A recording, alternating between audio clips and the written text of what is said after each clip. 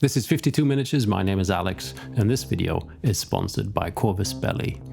This video is going to be an introduction to miniature painting, specifically how to start painting infinity miniatures. I'm going to present different options on how to get miniatures painted for gameplay with little or no prior knowledge needed. Simple steps that will ease you into painting, but with options that will render different looks to the miniature, so you can choose which one you think works best for you and what look you like the best. These techniques will of course work for any miniatures, but I'm focusing on the infinity miniatures because they're a little bit different. The high detail level, the slim look and the sci-fi setting can seem daunting to paint. I want to show that the very same detail and sci-fi style can benefit from some techniques that are very beginner friendly. And so let's go through those techniques and get our miniatures painted.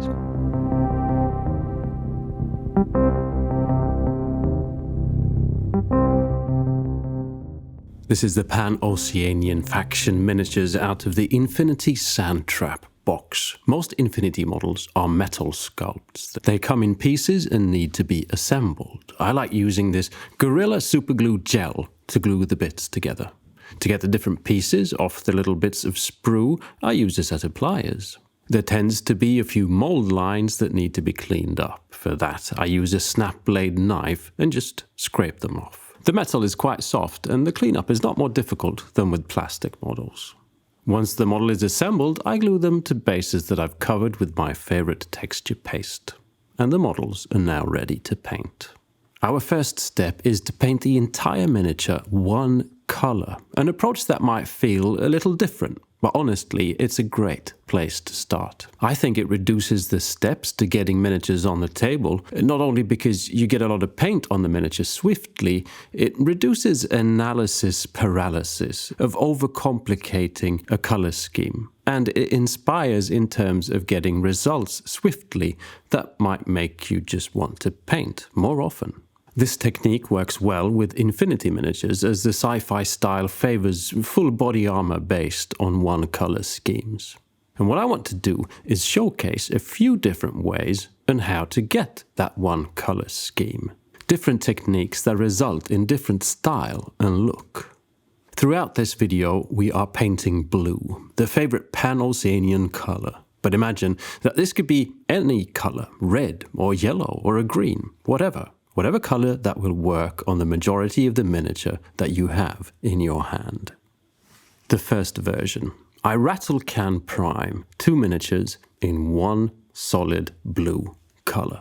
Now all miniatures are going to need a primer. Primers are paint designed to grip onto surfaces like plastic or metal, a first layer of paint that provides a good surface for regular paints to stick to. Most commonly used is a black, the standard starting point for miniature painting. But you always need to prime your miniature, so why not do it in the color you'll need? Here, a vibrant blue. The spray gives a smooth coat and it's fast. An entire army could be primed in minutes. But I'm a little patient and spray the miniatures with 2 consecutive thinner coats instead of 1 thick coat. This to avoid thick pooling up of paint, yet a good coverage. Next up is to prepare the rest of the miniatures for contrast style paints. Transparent paints sold as speed paints, contrast paints or express color. These paints work over bright surfaces, white or almost white. Contrast style paints tint the surface as well as flows and pools up in the recesses. The result is a colored surface brighter on the raised areas and darker in the crevices. It suits infinity models well as the many crisp details sort of catches the flowing paint. I then prime 2 miniatures in a black primer with my airbrush. This could of course be done with a rattle can as well. And finally the rest I prime with an almost white rattle can spray. Mine is a brain matter beige, again spraying the miniatures 2 times a little lightly instead of 1 thick coat. All the miniatures are now primed, but the 2 black ones need to be brightened for the contrast paint to work. And for this, I'm going to dry brush on some white paint. Dry brushing is a technique where a large soft brush is dipped in paint. The excess then removed on a tissue or dry surface, leaving very little paint in the brush itself. When the brush then is brushed lightly over a miniature, paint mostly sticks on the raised bits. In my case, resulting in a black in the deep recesses, a sort of grey in between, and a white on the very raised areas, bringing out the details and a sort of contrast map.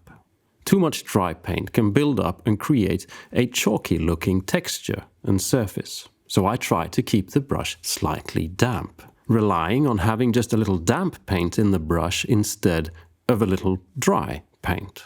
This can require a little practice. I use a damp cloth to wipe the brush on every now and again, and instead of getting rid of paint on a dry tissue, I wipe the brush over this piece of textured terrain. This removes the paint without removing moisture out of the brush, like tissue paper would. I'm using a large makeup brush, ideal I think, but for some of the areas it can't reach, I go for a smaller flat brush. Once we start adding contrast paint to this, it will become apparent why this step is pretty cool. But let's start with the white prime minis to show the contrast paint. I've picked out 3 rather muted blues and apply 1 coat on each miniature. Compared to the solid blue spray, the difference is not only the look. There are a lot more different colors to choose from among the ranges of contrast paint than there are rattle can colors, giving you more options. Now applying the same Wagram blue to one of the dry brushed minis, and you can immediately see a more dramatic look. It's darker, as the surface underneath is not as bright, but it's also got more character and a lot more painterly look because of the texture created by the dry brush. Side by side, and the two are quite different. For the final dry brushed miniature, I choose a more vibrant blue contrast style paint. Because this style mutes the colors quite a bit, a more vibrant transparent paint can work out better. Side by side, and this last one is probably my favorite. But we're not done yet, so let's not act hastily. Looking at all the miniatures, it becomes apparent that there is a lack of contrast and detail going on the first 2 solid rattle can miniatures. So let's remedy that. On both miniatures, I'm going to use paint that flows into the recesses, a thin wash or a thin down contrast paint. It's very handy to have a contrast medium around, essentially a contrast style paint, but without the color. They can be used to thin all kinds of paint. I'm going to thin the wash and the contrast paint with the speed paint medium so as not to tint the blue surface too much. On one miniature, I use a brown wash. A wash is a transparent, very flowy paint that seeps into the recesses. And on the other miniature, I use the blue contrast paint. This is to demonstrate that you can use this not only to get something into the recesses, thus adding to contrast and detail, you can also use it to tint the surface into different moods. In this example, the brown would make the miniature look more dirty and muted than the one with the blue contrast paint. Regardless, this has given the miniatures some deeper shades, but when compared to the others, there's still highlights missing. And there's different ways to highlight. Edge highlighting is common, essentially painting a brighter paint on every edge on the miniature. But I'd also say that that is rather disencouraging for a beginner. Besides, I've got thoughts regarding detail painting that I'll talk about in just a bit. For now, we want to keep things simple. And so, another dry brush. Again, 2 slightly different approaches, one using a light blue, in my case sky blue from Pro Acryl, carefully dry brushed on. I then add a little ivory to the blue to get a little brighter on the edges here and there. The brown washed version gets a paler dry brush to match the tinted blue tone. And there we are. These all look different styles of blue. At a glance it looks quite basic, a little boring, but we're kind of fooling ourselves just because everything is blue. Let's get details painted and you'll see that we've in fact gotten quite a long way. Step 2 in this grand scheme is to identify what can add the most visual impact. We need contrasting and complementary colors to make the main color pop. We can do that by finding the 1 or 2 cool details to paint that really stand out. Here, we're lucky because these cool sci-fi lads and ladies in fact have glowing things happening on their armor. It's perfect. But in other instances, it could be a shoulder pad or a helmet or a shield painted in a different color. I'm going to paint these armor details pink. It will contrast the blue nicely, making the blue look more interesting, in fact.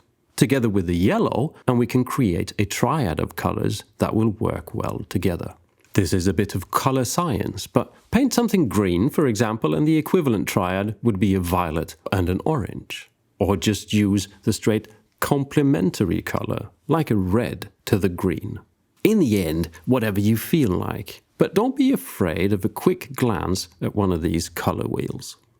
Now to paint my pink glow, I will go for a transparent or contrast paint method, and so I need to have something white underneath. First I tried this grey speed paint, but it was not quite bright enough. It was, however, real easy to get it in the round depressions in the armor. So I made a brighter version of my own by mixing speed paint medium and regular white paint. There's actually no need to be precise here. I'm purposely trying to smudge some of the paint around the edges, as that will look like a glow once we tint this with a pink. I mean, any red or pink would do. I opted for the familiar pink. It's what I would call a magenta. Coloring the insides and edges, and we have a great glowing look. And all of a sudden, so much is happening. The boring blue is now an armor. We picked the right detail to enhance. Picking out a few more details to frame the blue will make things look even better. And now you can start to choose how much time you want to spend on the miniature. And regardless, I guess there's two approaches.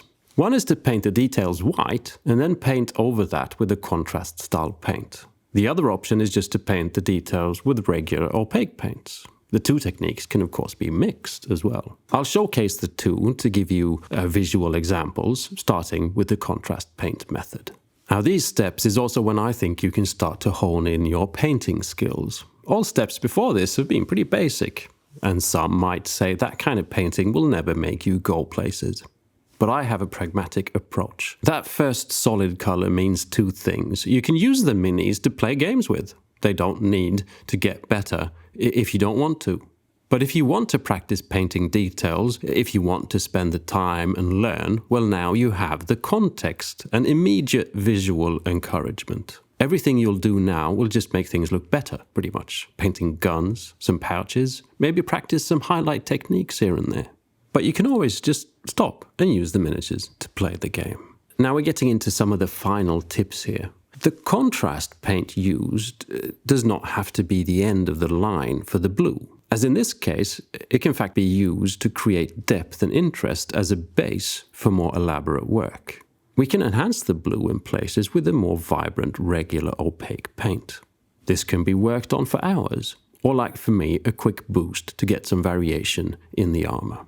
And as I said, there is of course also the option to decide to just stop right here. These miniatures are intended to be gaming pieces in a game. Feel like playing the game? Maybe this is all the paint you need. If you feel like painting more details, you can always just come back to them. Miniatures don't have to be painted or not painted. They can be works in progress. Now, I want to show something we can call a bonus feature. A solvent-based wash, an enamel wash to be precise. Like oil paint, enamel paint requires a solvent for dilution and brush cleaning, instead of water, something like thinner or white spirit. These type of paints used to be very common, still are in the scale modeling world, but have slightly vanished out of the miniature painting scene. Solvent-based paints require a bit more respectful handling and good ventilation while working, as well as a long curing time, but are maybe not the near-death experiences some treat them as. The flow of the solvent makes the perfect wash and comes with an added bonus. After application, paint can be removed without affecting the paint underneath. So I can clean up excess, like around my glowing pink details on some of the blue, with the help of a Q-tip dipped in some thinner. I think this is the perfect beginner's tool, as it's simple and gives really nice looking results. But it's seldom recommended because of the solvent base. But if you're interested in the results or the workflow, just check out some more videos on the subject. Okay, we've now got 5 different styles based on the variation of 3 different base color approaches. Maybe you've found a favorite by now. The techniques used to contrast style paints, dry brushing, washes are, as you've seen, great approaches to detail-rich sculpts like infinity models. And you can mix and match pretty much any way you like. And something worth remembering when reviewing your work is to take a step back. Remember, these miniatures are gaming tokens, usually viewed from several feet away. As a final note on painting and workflow, the color of the bases might distract you while you're painting, especially if the base is the same color as the majority of the mini. In our case, that would be the blue. You might not be seeing the forest for all the trees, and so painting the base before working on details can be a good idea, even if it's just a neutral black. I paint my bases last here, but I'm kind of used to the whole painting thing and kind of know what to expect. Because as soon as the base no longer is blue, it really does look like we've painted a miniature. I'm going for a desert theme, so I end with some enamel liquid pigments that when dry really look like sand and dust. I even make sure to get some on the feet and legs, as this is a great way of creating some interest when in fact just slapping paint on a base.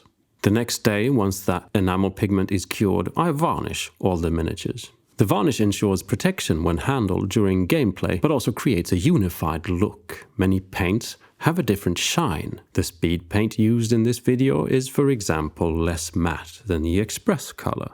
The varnish will bring everything together in a satisfying way. I use my airbrush to apply the varnish, but there's plenty of rattle can and brush on options.